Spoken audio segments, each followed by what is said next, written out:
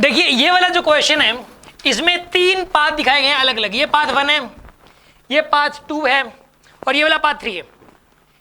यहां पे ये वाला जो पाथ 3 है इसका जो रेडियस ऑफ कर्वेचर 10 मीटर, ये स्ट्रेट लाइन पाथ है, और पाथ 2 का रेडियस ऑफ कर्वेचर 20 मीटर।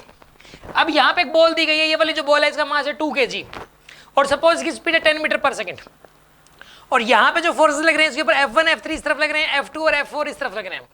आपको यह बताना है कि अगर ये वाली बॉल इस वाले रास्ते पे जाती है पाथ नंबर 1 पे, तो इन चारों फोर्सेस में आपस में क्या रिलेशन होगा। पहला क्वेश्चन, इसमें 3 क्वेश्चन एक्चुअल में।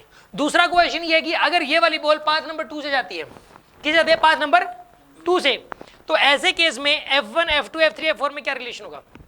और ये वाली बॉल अगर पाथ नंबर 3 से जाती है तो इन चारों फोर्सेस में क्या रिलेशन होगा। क्वेश्चन ये है, कैसे सॉल्व करें। सुनो आप, अगर ये पाथ नंबर 1 से जाती है तो बताइए स्ट्रेट लाइन पाथ बन रहा है, कैसा पाथ बन रहा है, तो इधर वाले जो दोनों फोर्सेस हैं और इधर वाले जो नेट फोर्स हॉरिजॉन्टल में होगा 0 होगा, क्योंकि हॉरिजॉन्टल में जा ही नहीं रही है। तो इधर के दोनों फोर्सेस और इधर के दोनों फोर्सेस बराबर हो जाएंगे। मतलब ये हुआ कि F1 प्लस F3 की जो वैल्यू है वो हो जाएगी F2 प्लस F4 के बराबर, अगर वो पाथ 1 से जा रही है तो।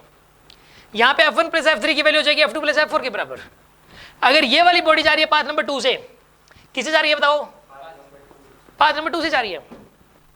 इस केस में क्या होगा बताइए, पाथ नंबर 2 से जा रही है तो सेंटर ऑफ कर्वेचर, तो सेंटर तो इस तरफ है, सेंटर इस तरफ है तो नेट फोर्स इस तरफ लग रहा होगा जरूर mv²/r का। mv²/r कोई पांचवा फोर्स नहीं है यहाँ पे, इन चारों का रिजल्टेंट ही mv²/r है। मतलब सेंटर की तरफ एक फोर्स लगता है। जब भी कोई बॉडी सर्कुलर पाथ पे घूमती है तो जो भी फोर्सेस लग रहे होते हैं उनका रिजल्टेंट mv²/r होता है, और वो किस तरफ होता है, सेंटर की तरफ होता है, याद रखिए आप। तो यानी कि इन चारों में से बड़ा कौन से होंगे बताइए, बड़े कौन से दोनों बड़े होंगे, F2 और F4 बड़े होंगे, किससे, F1 F3 से बड़े होंगे। और कितना बड़े होंगे, mv²/r बड़े होंगे। मतलब अगर पाथ नंबर 2 है तो F2 प्लस F4 के अंदर, F2 प्लस F4 में से अगर माइनस कर दो क्या F1 प्लस F3 को, तो कितना बनेगा यहाँ पर, ये mv²/r बनेगा। मास कितना है यहाँ पे 2 kg, वेलोसिटी कितनी है 10 का square divided by r, r कितना है इसका 20 मीटर। ये रिलेशन है यहाँ पे। और ये जो नेट फोर्स बनेगा ना, ये इसको इस पाथ पे घुमाने के लिए यूज हो रहा है। वो इस पाथ पे जाते हुए डायरेक्शन जो लगातार चेंज करनी पड़ रही है, उस डायरेक्शन को चेंज करने में यूज हो रहा है ये नेट फोर्स। चलो सुनो बाप, यानी कि mv²/r कोई पांचवा फोर्स नहीं है यहाँ पे। ऐसा नहीं है कि ये चार तो लगी रहे हैं, पांचवा एक और लग रहा है, ऐसा नहीं है। इन चारों का रिजल्टेंट ही mv²/r है। अगर ये वाली बॉडी मैं कहूंगी पाथ नंबर 3 पे जा रही है, ये वाली बॉडी कौन से पाथ पे जा रही है, सपोज पाथ नंबर 3 पे, तो बताओ क्या होगा इस केस के अंदर।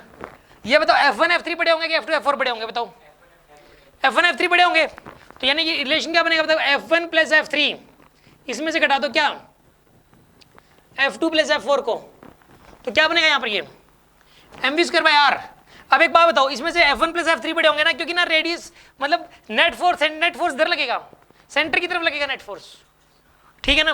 तो इसके अंदर इक्वेशन क्या बनेगी, 2 इंटू वेलोसिटी कितनी है 10 का स्क्वायर और r कितना इसमें 10, ये रिलेशन बनेगा। ये 3 आंसर्स बताने थे आपको, ये तीनों आंसर्स आ गए, समझ में आ गया होगा आपको।